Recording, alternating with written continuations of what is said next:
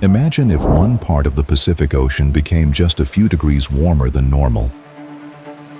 It might not sound like a big deal, but that small change can set off a chain reaction powerful enough to reshape weather across the entire planet.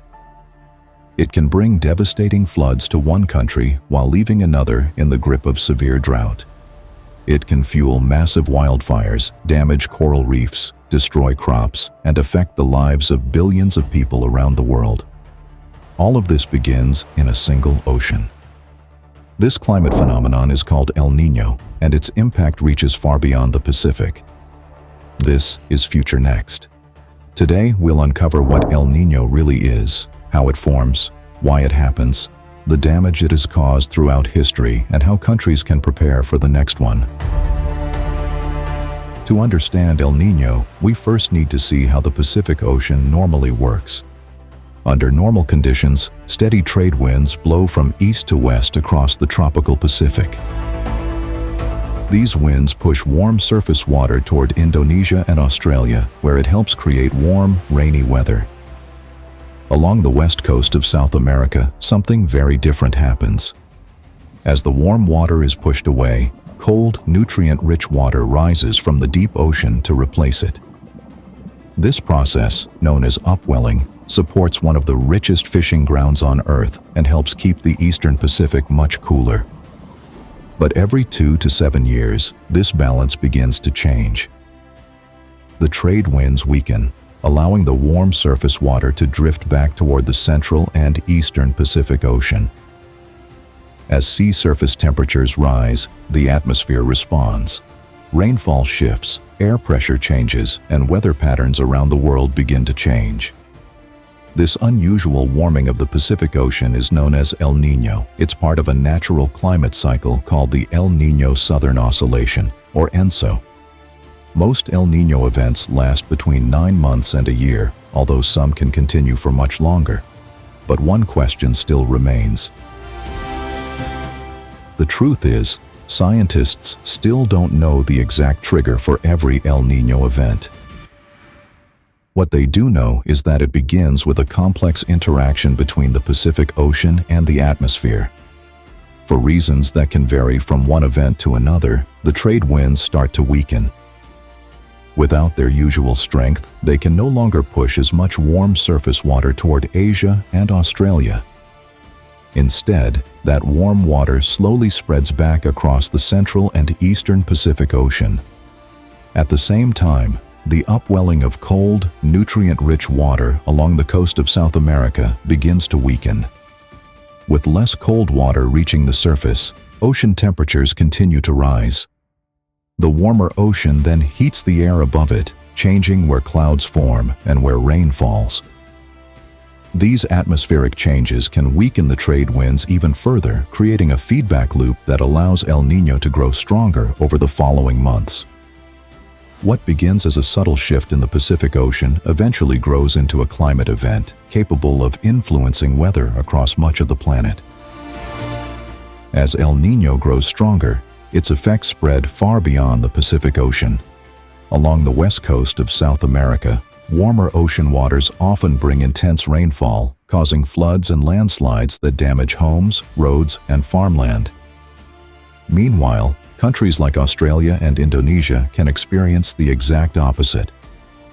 With less rainfall than usual, droughts become more severe, rivers dry up, crops struggle to grow, and the risk of large wildfires increases.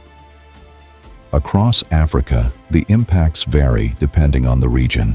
Some countries face prolonged droughts and food shortages, while others receive unusually heavy rainfall that can trigger flooding and disease outbreaks. North America also feels the effects. The southern United States often becomes wetter than normal, while parts of the north experience milder winters. But El Niño doesn't just change the weather, it also affects nature and the global economy. Warmer oceans can trigger widespread coral bleaching, damaging some of the world's most important reefs. Fisheries decline as nutrient-rich waters disappear, and farmers around the world face reduced harvests, driving up food prices and affecting millions of lives.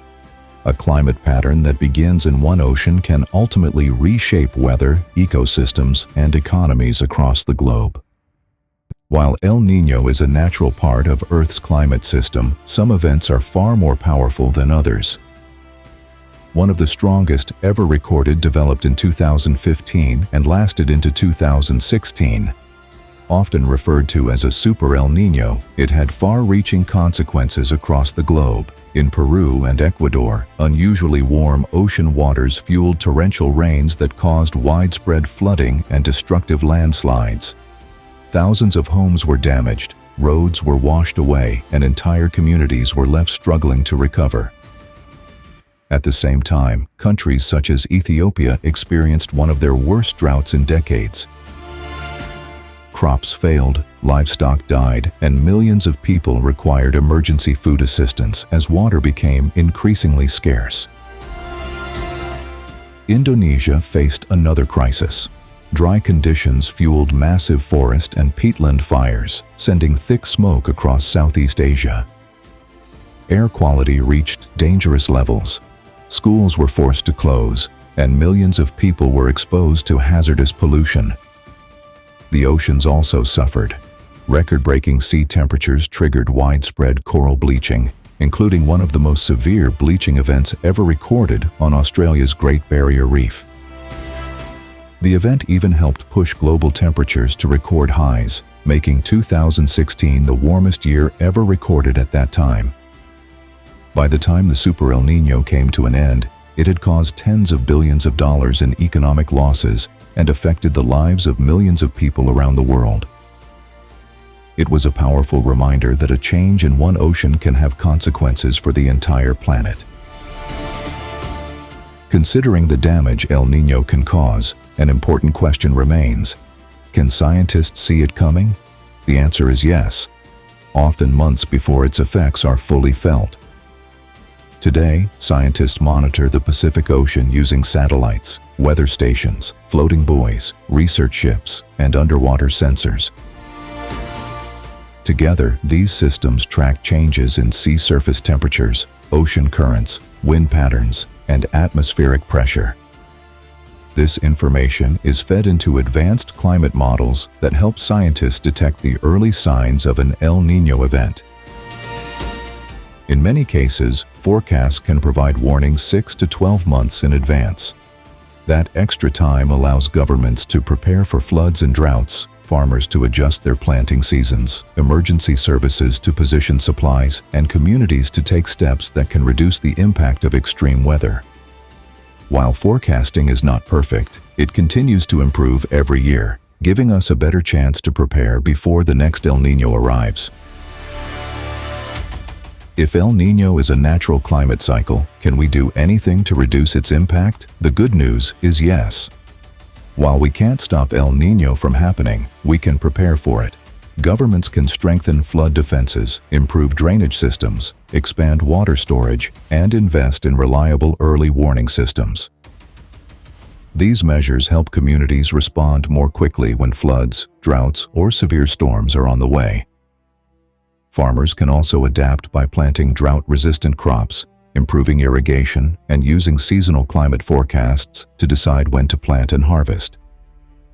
Communities play an important role as well, conserving water during dry periods, staying informed through weather alerts, preparing emergency supplies, and having evacuation plans can save lives when extreme weather strikes. Every successful preparation begins with one thing: knowing what's coming. And thanks to modern science, we're better prepared today than ever before. As our planet continues to warm, many people wonder whether climate change is making El Niño worse. Scientists agree that climate change does not create El Niño. It has been a natural part of Earth's climate system for thousands of years. However, a warmer world can make some of its impacts more severe. Higher temperatures can intensify heat waves, increase the risk of extreme rainfall in some regions, worsen droughts in others, and place even greater stress on coral reefs and ecosystems already under pressure. Researchers are still working to understand exactly how climate change may influence future El Niño events, but one thing is certain: Preparation has never been more important.